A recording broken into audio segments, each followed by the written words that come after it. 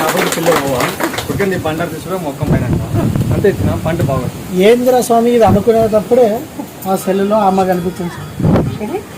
ఏంరా స్వామి ఏంటి ఇలా అయిపోతుంది అనుకునే టైంలోనే ఆమె కనిపించి ధైర్యంగా ఉండు అనేలాగా నాకు ధైర్యం వచ్చింది.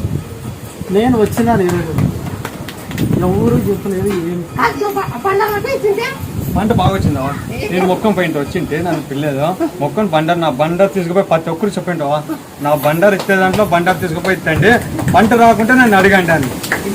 అది బండారవా ఇదే ఇది కనిపోయి మెరుపుల వాళ్ళు ఇచ్చిందావా వాళ్ళ పంట వచ్చిందావా.